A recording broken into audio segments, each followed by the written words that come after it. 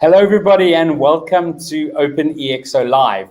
Really great to be with you this evening for me, or afternoon, morning, wherever you are. Today we have Len Nanjad with us, and you can see there on the screen, we have some amazing people coming up very soon in the next coming weeks. And as usual, before we bring Len on stage, we did get some of our community members just to share a few words about Len. The first one just comes from Ken Merkel, and he said, Len and I met at ExO World, and it was immediately apparent that he was passionate about making the world a better place. He has a natural ability to bring people together and to focus on what is important. Marite said, I took the ExO coaching certification with Len, and he was an excellent group partner. I learned a lot from him. He is always willing to collaborate and contribute to the team with his experience. If I had the opportunity to team up with him for a project, I would not hesitate. And also from Ben Clayton, who said, I always look forward to working with Len, sharp, insightful, inspiring, and he's doing good, meaningful work. I always learn something and feel better for it.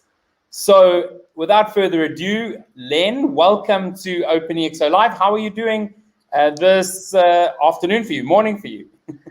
Yeah, hi, Kevin. Thanks very much for having me here. It's wonderful. I'm doing fantastic today. It is late morning for us, so almost in the midday here in Calgary, Alberta, Canada.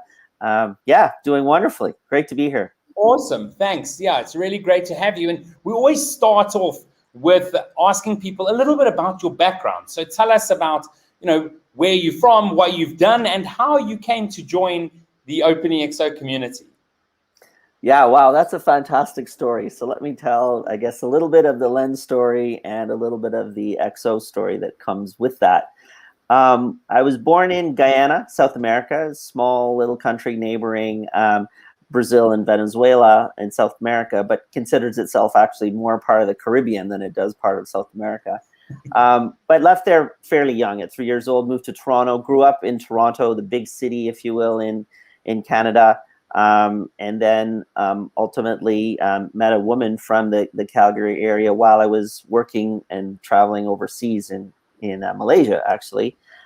So eventually, we lived in Toronto for a little while, then moved to Toronto. And lived in Toronto for a little while and then moved to Calgary. And during that whole period, it's always been my desire and dream to help leaders and organizations get work done better. And the way that took form was what we would think of as change management, or the dynamics around making change happen. And so as I grew through that and experienced through some of the largest firms in the world as a consultant, IBM, Deloitte, those types of organizations, I also came to realize that the biggest lever for change that I could work with happened to be around organizational structures and designs. And it was really about systems and the design of human systems. So today I would consider myself a designer of human systems that help high impact happen. And, in the spirit of our ExO community, my personal purpose is to bring clarity. And wow, I'm really humbled by the comments from my fellow community members that you've showed at the beginning.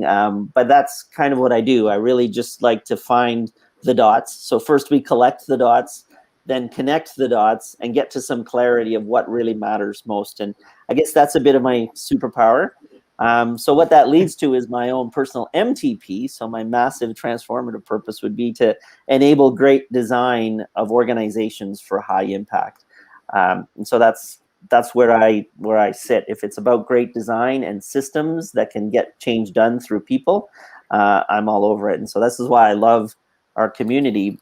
And how I got into it, though, was really just, I think, almost the typical story, Kevin. It was talking about my passion for the world and where it was going and how it could go. And he just said to me, well, you should probably read this book called Exponential Organizations. And I said, sounds tremendously boring.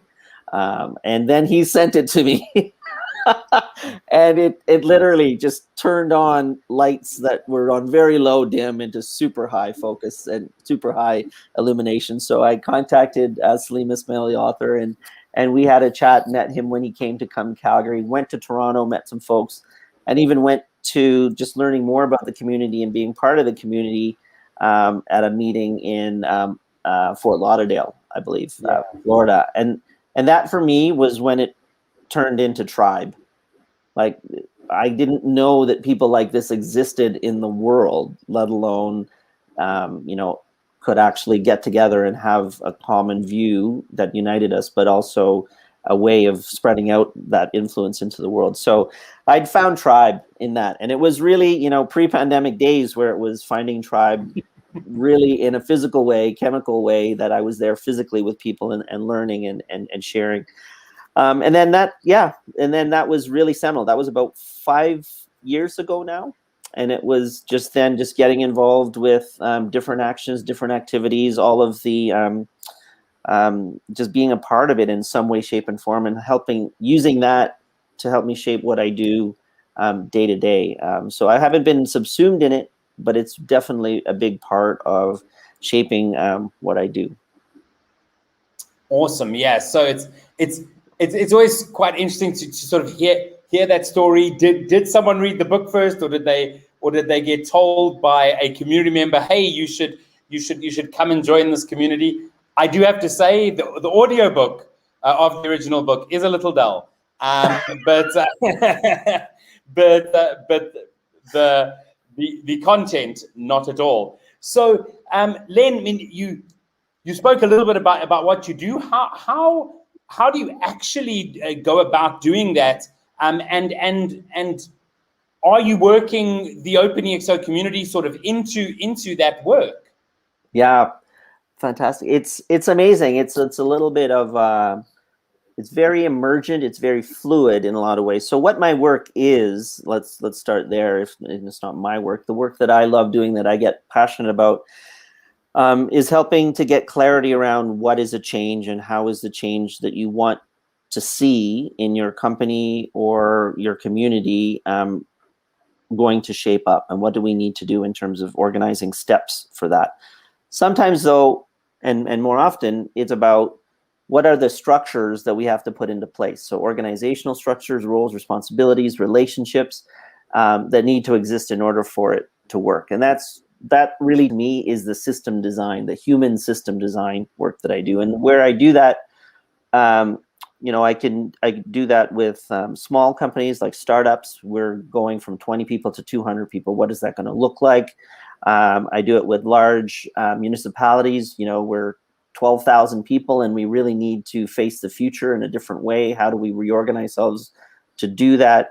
A Southeast Asian bank was trying to reinvent from the ground up a whole new system of their platform, their business model, their consumer model, and their national economy focus model, and just ask for what would be the experience that supports that. Really, that's a big question. Like, where do we start with that? So those are the sort of the kinds of things that I do, and how I do it in terms of involving the community. Sometimes that takes form, like I've definitely gone through the learning side of the community. So taking the foundations, becoming a ExO consultant, and then doing the highly intensive but super rewarding ExO coach certification. I've yet to, Kevin, get my ambassador certification. I should probably do that, because that's where I see I play the best now, like helping out so understand it, come into the community, guiding them through the community, but also bringing to senior leaders sort of knowledge of the ExO attributes and how that means. So I do a lot of speaking. I do a lot of small group kind of facilitation of how you want to make a breakthrough happen. But then we'll do nuts and bolts analysis of your organization and think about the design of it and where we want. And I tend to be less of a consultant, so I bill myself now as a recovering management consultant, and more of a guide that says, look, there's many different ways you can do this, and I in fact don't have the answer, as many consultants might say they do. I have a way to guide you and help you come up with the answers, and we can work that through. So but I do that with my colleagues all across the world through the ExO community.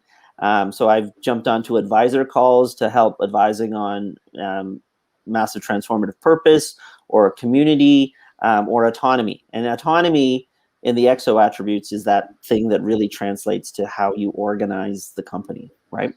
Yeah.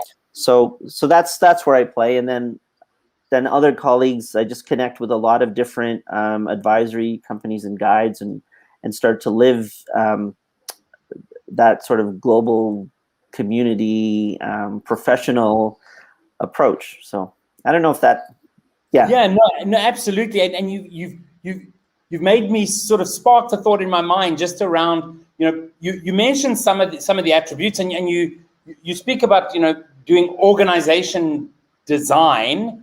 What attributes, you mentioned autonomy, you mentioned engagement, I think community, MTP, of course. But, how do you see those actually in play, in practice? I mean, I believe like autonomy is becoming more and more and more important with time, and Gen Zs and millennials and what Gen Alphas who whatever they're going to be called, who's next. But how are you seeing those attributes in play, and how do you actually go about working with them and organizations? Yeah, that's you've nailed it right there. So the interesting thing about the human system is that the ExO attributes are all interconnected, and the human system that helps that happen is also all interconnected. But the focal point for me, at least, is that autonomy attribute. And autonomy, like a different word for that might be self-management. So we think about, okay, so if you're going to be more autonomous in the way you operate, you're going to lead more towards self-managing systems in which the individual has more ability to state what they want to do, connect themselves to that action, be held accountable for that work, and manage that all themselves. Now, it's an interesting thing. This is not new. The way to think about autonomy in general is the same way we think about exponential technologies. There is a line that we talk about, the linear growth line and then the exponential line. And there's a point where you cross in the technology from being disappointing to disruptive. I think we're noticing exactly the same thing in the world around autonomous organizations or autonomous structures or self-management practices in all industry. It's been around for decades, like 40, 50 years at a minimum, right? That groups have been coming together and self-managing in ways, but not eliminating organization or accountability. In fact, getting a lot done, right? And not just in high-tech industries. So this is not something that Google invented and now we're all going to become autonomous and follow OKRs and dashboards and all that. No, this has been around for a long, long, long time. All the way, even has roots in sort of spiritual and indigenous cultures. And we're seeing that is now starting to gel and becoming more and more in what we would call common practice of business. And so we're seeing it move from that disappointing for some. Oh, this is just for a very small niche or a fringe of organizations that are kind of those hippies that want to stay out there on the world. And now we're seeing that, what we're calling with the Arate initiative as an example, we're calling that the next wave of leadership, that in fact, there is a burgeoning of self-management. And because you're self-managing, it means that you really need to think about why you're there, which is really another word for purpose, right? And then with purpose, you really have to say, well, I need to show up as my whole self, not just my work self.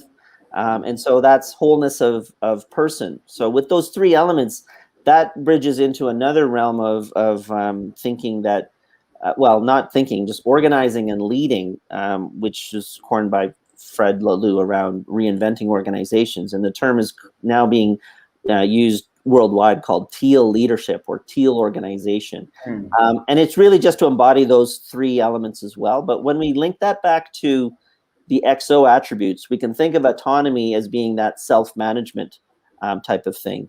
And then, but in order for that to happen, you have to have engagement, not just engagement with your consumers or your customers, but engagement with your with your teams, with your employees. And what does that mean? And it isn't as simple as let's gamify work, let's have dashboards and competitions. It's really about how do we help people develop? How do they grow? How do they have career paths in an autonomous system, right? Like these are still things where people kind of almost get sucked back into the traditional mechanistic world of job descriptions and career ladders and these things, and that can actually hurt an exponential organization in terms of the culture and the growth that they want. Which brings the next piece, which is around experimentation. More and more organizations are learning that they don't have to have a set system for their human system inside, and they can experiment with it. And we've seen that again a lot. The most of the press is from Google doing that and doing those studies. Yet they're becoming more and more popular a way of thinking and working. Well, if we're experimenting with our consumer experience, if we're experimenting with our product and our prototypes, why aren't we experimenting with the way we get work done, right? And that's happening more and more. So those three things, autonomy, engagement, experimentation, are probably the biggest of them all, right? But then we broaden it even more into community and as a predecessor for staff on demand, right? Like we think about, like, so all of these things super intermingle, and that's why I love it. It's so passionate about it because we have all the elements there, and we can create organizations to create impact, and ultimately that's why we do it, right? We don't get born to say I just have to have this job. Right? No, exactly. And so what are you telling leaders what that future of management looks like? Especially the ones that are used to that, that tiered, system of leadership. Yeah. So number one, it's a little bit emergent for us. Like this is why we're terming it next wave when we talk about it, and when we work with our clients at our RTA initiative as an example. It's what it is about decoupling yourself from a technology that has become a little bit static and almost disabling. And that technology is called the job description, right? The job description is actually seeped so deeply into the way organizations work. I mean, it is the fundamental basis of the labor movement. You would actually negotiate, unions would negotiate on the basis of the conditions of work, yet those translate into a job description. And so the job descriptions become static. And now we see all kinds of evidence around, wow, we don't need titles, we don't need job descriptions, we just need circles and models like holacracy, but there's other ones like sociocracy and others, lots of different models of moving accountability around in a fluid way that flies in the face of this technology called the job description. So this next wave is still being in love with the solution, being in love with the problem, not the solution of the job descriptions and, career paths give us. It's being in love with what is the human system that really builds trust. And that fundamental question has not changed, right? Every leader I speak with and every leader we work with is about, there's always a theme of trust. How do we build trust in our way we communicate, in our system, in the way we make decisions, right? All of those elements. And so that's the fundamental, that's the basis of it. What is trust in the system? And if we go back to that first principle, you might have to have a job description in order for there to be trust, right? And so it's things like that we start thinking about and throwing things upside down. So another theme, for example, would be like, I really want to keep my best people. I want to retain people. And that's typically a great goal to have. And my view is, why? Why would you want to retain people? Like if you've done all that you can for them to grow as much as they can to outgrow what it means to still be a part of your organization, either your organization isn't growing in order to retain them, or you're not doing enough to help them go where their purpose takes them next. And so that separation should be a joyful moment. It should not be a moment of loss or grieving, right? And so thinking about that even that way just changes your whole perspective of what your human system is designed to do. It's designed to provide an opportunity for people to grow and for businesses to grow and for them to grow together. So it's an and question. It's an innovation question. It's not an or question, right? And that's kind of the big theme that we try to help combine them. Like you're growing people and you're growing business, or you're even your not-for-profit organization or your government or your city. You're in the business of growing people and the conditions that help people thrive, which is often economic gain or just, profits or some kind of value that's derived. But if you do them together, you're meeting the goal. If you're doing one and then the other, you're sacrificing one for the other. And that would be sort of where we start as a guiding philosophy around how we help you design your human system. Wow, that's really fantastic, because I mean the sort of organizational structures and the way HR tends to work really, it's not inspiring for a sort of newer breed of organization. So the way you just put that is really great, and actually Kasim on LinkedIn has just said excellent thoughts, and I completely agree. I mean, absolute excellent in the way you framed that. Now, Len, we usually keep these to 25 minutes, and we're pretty much there, which is insane.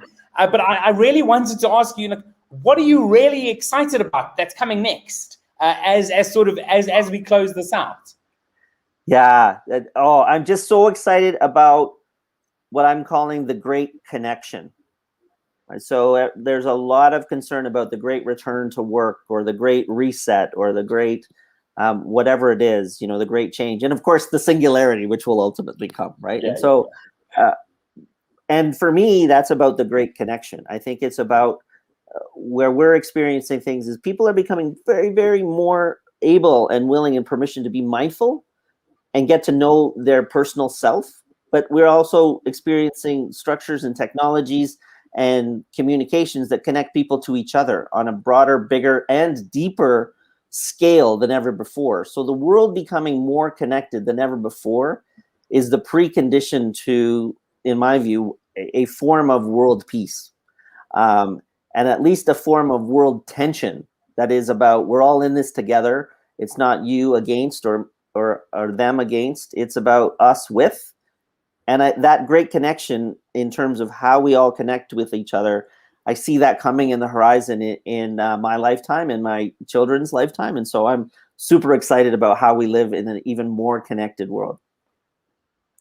Awesome, Len. It's always great chatting to you. Really fantastic to speak to you this evening for me, this afternoon, morning for you. Thanks very much for coming.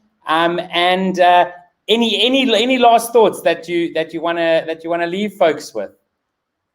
Wow! I just gratefulness, really. Kevin, I'm really grateful to have this chance to chat with you. It's often never enough. It goes by too quickly, and that would be my sort of one challenge that I think of myself. How do I help myself transcend time? And we'll leave it with that super big out thought there. But in one day, it's more of your connections, just really to everyone and each other is really the most important thing. Absolutely. Awesome, Len. Thank you so much for joining us. My pleasure. Thanks for having me. Take care. Bye-bye. So that was Len Nanjad. Awesome to chat to him, and really some exciting stuff there that I say go back and watch that again. Really amazing what gems we have within the OpenExO community. Please remember that next week we do have our next version 2 of Exponential Organizations event happening, so you can check that out. And other than that, we'll see you again here next week.